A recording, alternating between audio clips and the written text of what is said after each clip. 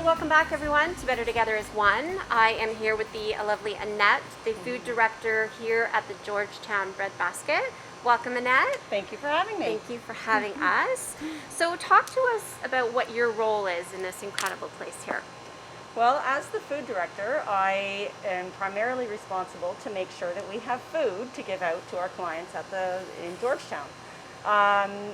Part of that is making sure that we have the staples that we need, that everybody needs in their pantry, but also to manage the donations that come in and that they get sent out to our clients in a timely fashion.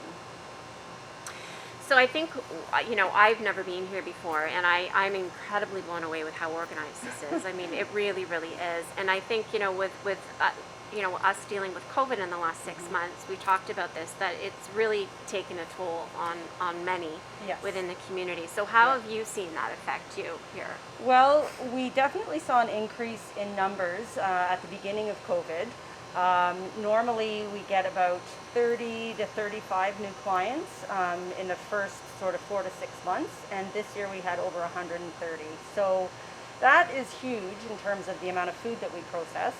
But it's also people that maybe you wouldn't expect that suddenly need the food bank. But, people live paycheck to paycheck. And when that paycheck was gone, they had no option but to come to the Georgetown Breadbasket and ask for help. And for some people for people that's very difficult, but in this time it was especially difficult, I think. So that definitely had an impact on our numbers. People that normally they would never think that they would come to a food bank, but the situation just changed to the point where they needed this. They really needed it.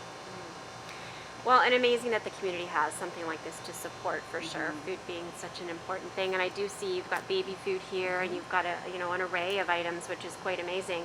And you were explaining to us when we came in too, if somebody is in need now with COVID restrictions obviously in place, you sort of have a really great system where the people that are really requiring certain foods, you have a tick system in place. Can you sort of just run us through very briefly what that looks like? Yes.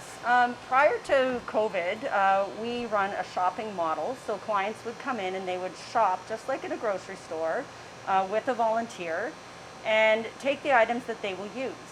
No point in giving someone a box full of canned goods that they don't like or know how to cook with or have allergies to. So for us, the shopping model has always been our standard.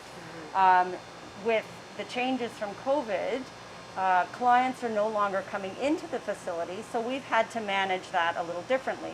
We've created pick lists, is what we call them, and they change with every shopping day based on our inventory. And basically it goes through all of the items that they could normally choose, and then they just indicate which items they would like to have, and then our volunteers take that pick list and they do the shopping for them. So that prevents the clients from coming in. We do have a lot of senior clients that are at risk, and quite honestly, a lot of the volunteers don't really want that extended interaction with strangers. So we feel that this is a good balance to still be able to provide food to the community, but keep our volunteers safe as well. For sure. And so with obviously the numbers going up, and say you might be someone on the other side of the camera and possibly in need yourself, and like you said, it's not easy for us to reach out when we maybe have never had to in the past. How do people go about actually trying to get some assistance and some help for food? Basically, you can just walk in. Not at the moment, Literally. Obviously, but come in. Yep. The only requirement we have right now is to show proof that you live in Georgetown. The Georgetown Breadbasket only services Georgetown residents. Prior to COVID, we do ask for a variety of financial documents, kind of to show that you are in need. But just in terms of documentation handling, we wanted to reduce that as much as we could and to make it more convenient. There's enough going on right now. We don't want to be nitpicky. If you need the Georgetown Breadbasket and you can prove that you live in Georgetown, you just come in and one of the directors on duty will set you up. Amazing. So I think probably one of the most important questions is how can we help? How can the community help? I mean, fundraising is always a challenge at any time, but you know, for those that are maybe listening to the story and really want to be able to give back themselves, how can the community help, and how can we come together to really just raise awareness and raise funds and food? Okay. What can we do? Well, outside of the standard donation bins in the grocery stores in town, obviously financial donations are always welcome. We do use it to purchase food items that we're short on. But the community's been really fantastic with coming up with some pretty innovative fundraising ideas throughout COVID. We've had auctions for crafting items. We've had photographers do photo shoots on porches, and it's pretty amazing. So we unfortunately had to cancel our fundraiser this year, our biggest fundraiser, the coldest night of the year.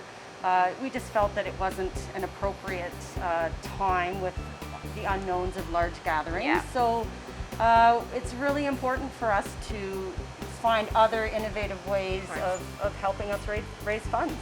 Excellent. Well, thank you for that, and stay tuned. We've got more coming up.